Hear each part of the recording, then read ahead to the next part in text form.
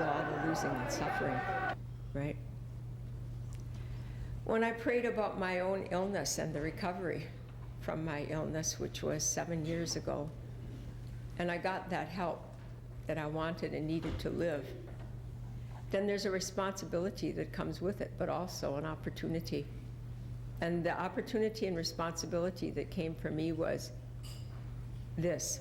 I decided that single-handedly, I guess, I was going to help Europe remember that it was tribal.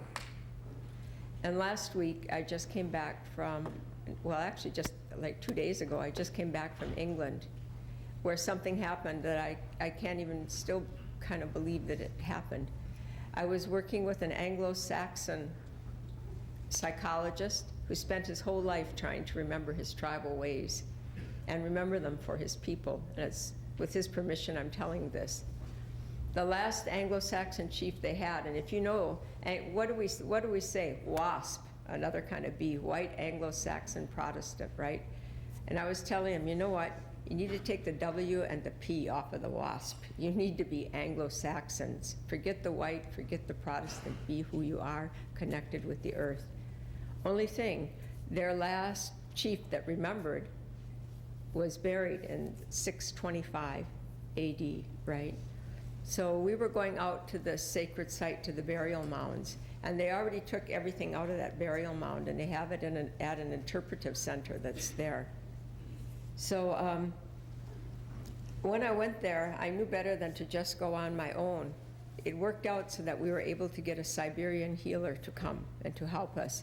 And the reason a Siberian healer is because they say way back in time, Anglo-Saxon people and Siberians were one, and Turkish people were one. They come out of the Lake Baikal area. And when Genghis Khan came in from the north, they scattered, right? That's part of the migration story. So this woman, the Siberian healer, Dora, was with us, and we visited these sacred sites. We looked at the things that they pulled out of the burial mound. Very interesting thing. What they took out of the burial mound, they never found a body, right? No body. And so what do scientists are so crazy, right? They say, well, that soil must have been acid. It ate away his everything, even his bones, but left everything else there, right? All kinds of strange things they say, rather than admitting that there's a spiritual mystery there, right? The story about this chief was that he was a warrior, fierce warrior, right? Well, when we get there with the Siberian, the first thing she did was go make a prayer at the mound where a woman had been buried. And that made me feel really good, because that's where I had been pulled too. Then she did some other kind of ceremonies too, to seal off the mound that had been disturbed. And then when we went through the artifacts, the woman at this museum was really good, and she just opened the cases and let her touch them. Which, as Dora touched things, it just was coming out of her, what they all were, how they were used. And some of them Siberians use even today. Just as they were in the cases, the Siberians are still using it in their ceremonies today. The main thing that came from it is Dora said, you know, this was not a warrior. She said this was a healer genius. Now imagine what difference it could make in everybody's lives if Anglo-Saxon people who hold the center of thinking and rationality and science for the entire world, imagine if they began to consider that their origins come from a healer genius instead of a warrior. Big changes. The white people of the world, including half of myself, need to remember the sacredness of life and their powers of life. So where this brings me today is that having seen Anglo-Saxon people learning from tribal indigenous people, myself or Dora, the Siberian, that tells me anything can happen. And all that just happened in 30 years, from the pipeline to walking on an Anglo-Saxon land, helping Anglo-Saxon people remember who they are. And you know, in an indigenous way, much of my life has been talking about this indigenous way of knowing and being as a science, because I wanted our knowledge to be held up just as high as Western knowledge. And I'm very grateful that people here like Patricia and Oscar have been doing the same. But in a native way, in our indigenous science way, there's a test that comes for, is it truthful? And they say in science, is it reliable? Is it vigorous, right? When we had this experience out in England, this psychologist, Anglo-Saxon man, happened to be on a train coming up to London and went to meet us. This was a few days later. And when he came up, he said, "You won't believe what happened." He said, "My train was delayed, and there was this really rough, tough, working class man, Anglo-Saxon man, part Irish, on the train with me," he said. And this man started talking, and he said, you could see he had a rough life, and it turned out that he almost died of alcoholism. And he said, and what this man was asking me is, what were we? He said, you know, there's so many immigrants that have come into England now that the British, who colonized everybody, are now colonized themselves in their own land, and they're a minority, and they don't know who they are, and they're having a huge identity crisis, right? So this man says, I don't know, mate, he said, what were we before this, before all this, you know, development he's saying, before Christianity? So what were we? There must have been something. And that's the way the conversation went. So the psychologist was telling him, well, I just came from this sacred site working with an American Indian, me, and a Siberian healer, and this is what I have to tell you. So things like that happen. They give us the confidence that what we're learning, even though it's not through books, even though it's not through writing, that it's real and true. Real Indians, real science, real truth. And I want to finish what I have to say today with something beautiful that happened to me when I arrived. I picked up that, well, actually, I looked on my computer to see what the schedule was here. And more than 20 years ago, when I was still living here, I heard about the King Island dancers doing this wolf dance, right? And I heard that the purpose of it was to call back the healers out of the earth, to call that spirit out of healing again, so it would be moving and alive in our societies and on our lands. And I thought about those King Island dancers many, many, many times, told many people about it. Well, it turns out that the place I was at in England, that chief was what they call, his clan or his family was the Woofings, and that's their word for wolf, right? So I get back here last night after all these 30 years coming and going and all of this work, and I find out that the King Island dancers are dancing here. Is that right? Yeah, really beautiful. Another thing that happened is this morning I heard a knock on the door, and there was Jacqueline. And I've been thinking about these bees, you know. Bees have powers too, even though they're so small, right? When one bee knows something, all the other bees know it, and science still doesn't know how can that be, right? And when you look at a beehive, right, it's one, but it's all those six-sided like cells where bees live in. So it's diversity and it's unity in one, right? So there's a knock on the door, and I've been thinking about all these bees, and me, I don't want to get cancer again, so I'm thinking a lot about the bees right now. I open the door, and there's Jacqueline and her grandma's cussbuck and the black and the yellow. Oh, that bee just buzzed in right now. So with that, I just want to say thank you, and to acknowledge the spirits of the moose and the wolves and the bees and the great bear of the north, and to encourage those of you of mixed genealogy or of European descent to remember your tribal mind, to help, the single best thing you can do to help the world to heal. And for those of you who are from this land, thank God. What a legacy. Thank you for taking care of it for us. And I really pray that you be protected and strengthened, but more than that you can see the beauty of the legacy that you carry and feel that love of your ancestors, and bring the communication and your own power awake and alive again. Nyawiskena.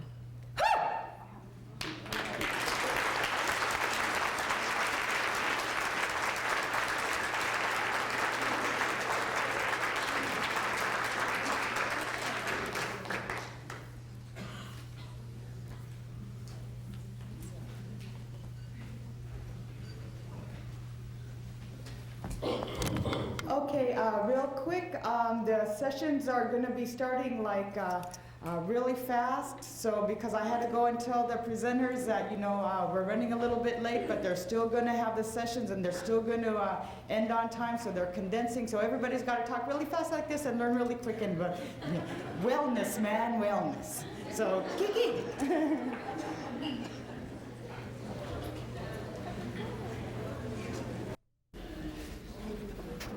Good morning. Welcome to Cafe Communicato this morning, and I am RoseAnn Gibson, your director for today. I used to be a successful actress, and now that I'm too old, I've become a successful director. So today we're going to be talking about communication at Cafe Communicato, where espresso flows free, but communication does not. I have a lovely group of actors and actresses, and our star today is going to be Violet from Port Graham. She's going to be talking to you today about trying to address an issue of traditional foods and contaminants in her community. So I've got a lovely Techie Joe, and she's going to attempt to have a conversation with him, and then I've got the youth here, who I don't know if we can communicate today, but we're going to give it a shot. And we have the visionary, Barry, and I think I'm going to also be acting, so I might be Clint Eastwood later. So, you know, I can direct and act, so that's what we're doing today, and I appreciate everybody coming here. I'm going to ask that you maybe pull forward a little bit because you want to hear the discussion, and we'll go ahead and get started with our entrance of Violet here. Take one.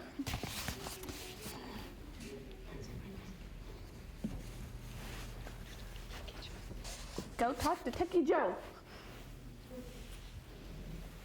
Good morning, Mr. Joseph Sarcone. Good morning. How are you? This morning I'm technically fine. Well, I've been referred to you by the folks at EPA in Anchorage, and they tell me that you could possibly help me out. I'm dealing with some issues in my community on traditional foods and contaminants, and I was hoping that maybe you could help me understand some of the issues as far as contaminants and in our traditional foods. Traditional. Well, let me. I think we need to recognize a tradition in the scope of the context is X. Now, a contaminant can be. I have this map of the hydrological cycle. Now, if we have a contaminant Y, I'm sorry, that's X, and we have you say you're from a village? Okay. Well, technically a village is like a settlement. Now, settlements through the ages, as we know, have progressed in a linear and sequential manner. And we think that, in fact, back in 2 million AD, before there were people, okay, then we had a thing that was like a village, but it was a gathering of dinosaurs. And then, as we... What does that have to do with contaminants? Contaminants. Oh, you want to talk about contaminants. Contaminants occur when there is contamination. And if there is a contamination, we need to go back to the chemistry. Okay, so if you have a molecule A, and then it's connected to a molecule C, and that's connected to a molecule G. I think I understand. Thank you very much. Okay, come back anytime.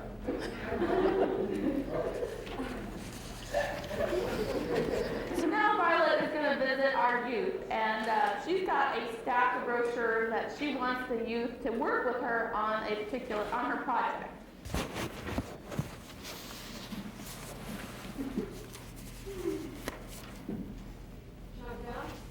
Hello? Oh, Hey, what's up? Hi, good. oh, good, good.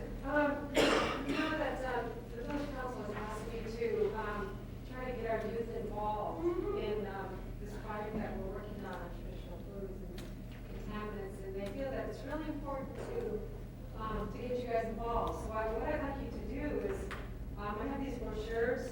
You can just go around town and pass them out and try to get some of the other youth involved. And how much is this gonna pay? And we were just wanting to know if you guys can volunteer your time. Volunteer my time. And Yeah. when do you need it done? We're hoping to get it today. Today. Okay. Yeah. Well, I got some things going on after school, you know. I don't know if that can happen. Well, this is really important. We really need for you guys to get it out today. We're really counting on you guys. Want to get you involved. It's really important. Okay, yeah, I'll do it. Yeah, Sure. There's Okay. Thanks. Good talking to you. Yeah, well, give me a call if you have any problems. Uh-huh. And we'll get right up. Got it. We'll help you. You betcha. Great. Later. Yep. So Violet moves on to the visionary in her quest for a partnership.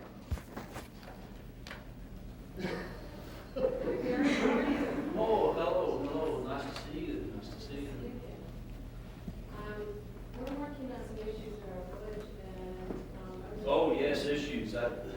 There are so many issues in the world today. We really need to concentrate on the really important ones. yeah, well, we're kind of focusing on some contaminant issues in foods, and I was talking with Santina, and she said, oh, give Barry a call, he might be able to help you out. Oh, yeah, contaminants, they're everywhere. They're everywhere. The whole world is just full of them now. I mean, we can't seem to get rid of them, but what have you got? Have you found out anything? Have you found a... Yeah, we've done this study with EPA, and it's really complicated stuff, and we're really trying to understand, what it all means, and, trying to explain it to our elders in the community, Have you been to Washington? you know? You haven't been to Washington yet? No, we've just been looking at some of the resources locally. Have you conversed with anybody in the UN? Because this problem is just all over the world, and gee, it seems that someone's got to have an answer somewhere. Yeah, we're hoping that you could try to help us out. Yeah, well, we need to eliminate the contaminants. Just all of them. Wouldn't the world be so beautiful with just no contaminants anymore? I mean, people could actually eat off the land and be healthy. Wouldn't that be wonderful? Oh.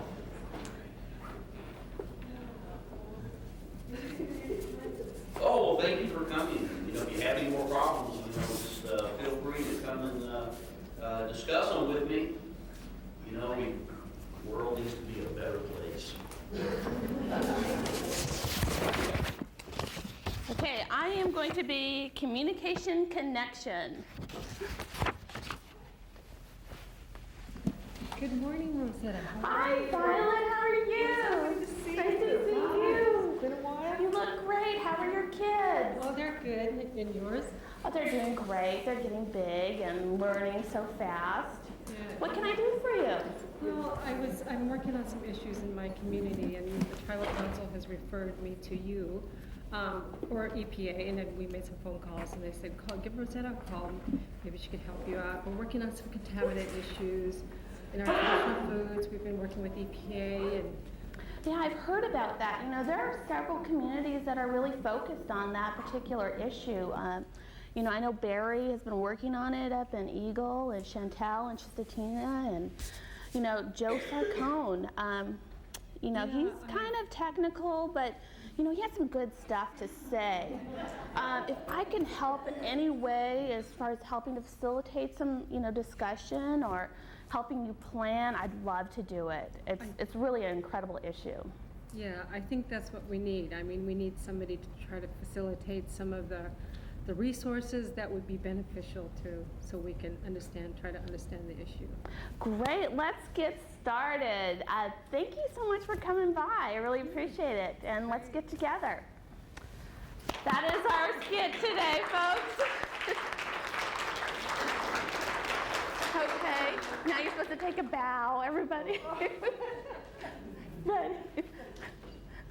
Well, I hope you got a kind of a sense of communication and just the variety of people that you will encounter and the type of work that you're doing. You know, you're going to run into agency folks that are going to talk very technical. You're trying to engage the youth, so that brings in another audience. You know, you always have the visionary who wants you to accomplish incredible things with no real direction on, you know, the process, how to get things done. And then you are going to find somebody that, you know, you can relate to and have share some common issues with that maybe can be a resource to you. So today we're going to talk about the various audiences of communication. Before we get started, have any of you taken any communication classes? Okay, we got a couple of folks. There's a lot of different methodologies and tips on communicating, so I really encourage you, the folks that have attended communication seminars or whatnot, to please weigh in. We want this to be a really interactive, you know, session. So I'm going to let Joe talk a little bit about, he's got a lot of experience in communication, his, you know, extensive travel, et cetera. You know, kind of goes into a community, also is at, you know, a more bureaucratic level than most of us get to. So, Joe, would you mind? Sure, thanks. I think that one of the things that I run into all the time is not the communication, but the miscommunication. That seems to be one of the major issues I grapple with on a day-to-day basis. In fact, I find that communities have a story. You know, whether or not somebody comes to me with a story about a desire to improve a sanitation condition, or a story about a desire to deal with hazardous material like backhauling batteries or backhauling abandoned vehicles, the stories change. Whether or not somebody has a concern about public health, about exposure to bacteria or microbiological problems from spring buckets or fecal dust problems. But there's a story. People come to you with a story. And that story is when people relate it over the phone and in the village. The problem for us is where that story interfaces with the service provider. And the service provider might be your village safe water engineer. It might be your primary health care provider, your physician, your assistant. It could be a contractor, and it could be an agency staff member like myself. But somewhere between the story and this person is where there's the rub. You know? And I know that Father Michael Leska, who many of you, how many people have heard Father Leska? He's a tremendous speaker on communication. And in fact, I feel really humbled to know that so many of you heard him speak, because he is such a great speaker on this subject.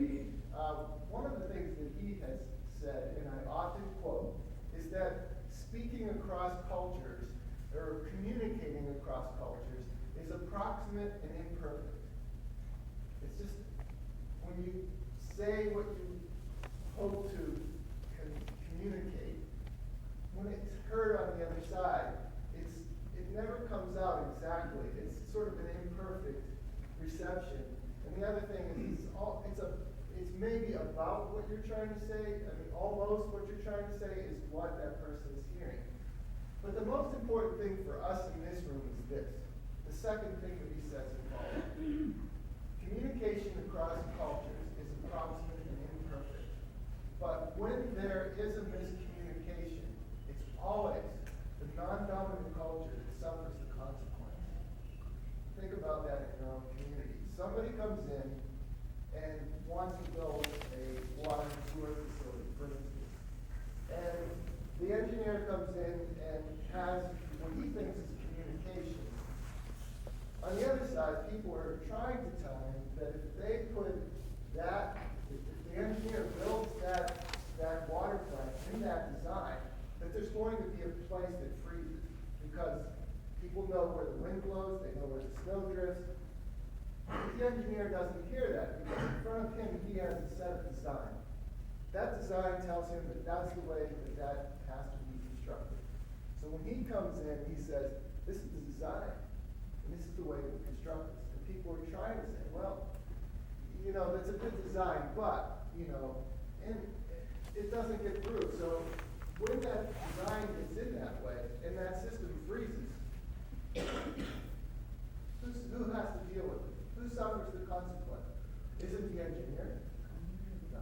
He's back in his house in Anchorage, and the water's flowing just fine. It's the people in the village that have to deal with that miscommunication, that inability to receive on the other end. So what we're going to be facilitating today are some exercises that will look at effective ways of communication. How do you bridge that? How do you get beyond that? How do you make sure what you want to say gets into the mix? How do you get people to listen to you so that, you know, your input gets in? And those are some of the things that we're going to be addressing. Right.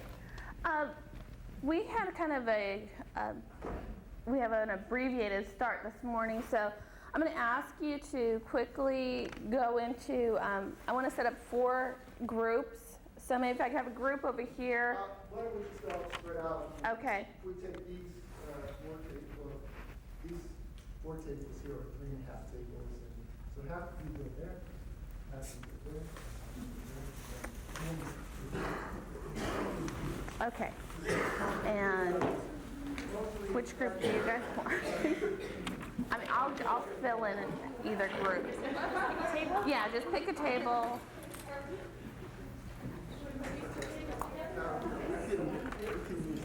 We've got a couple of us. Do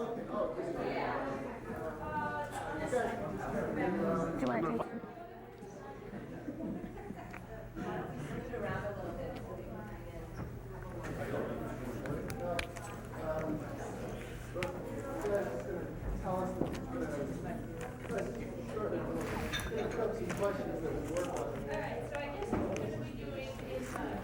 Okay, this is what we're going to do this morning.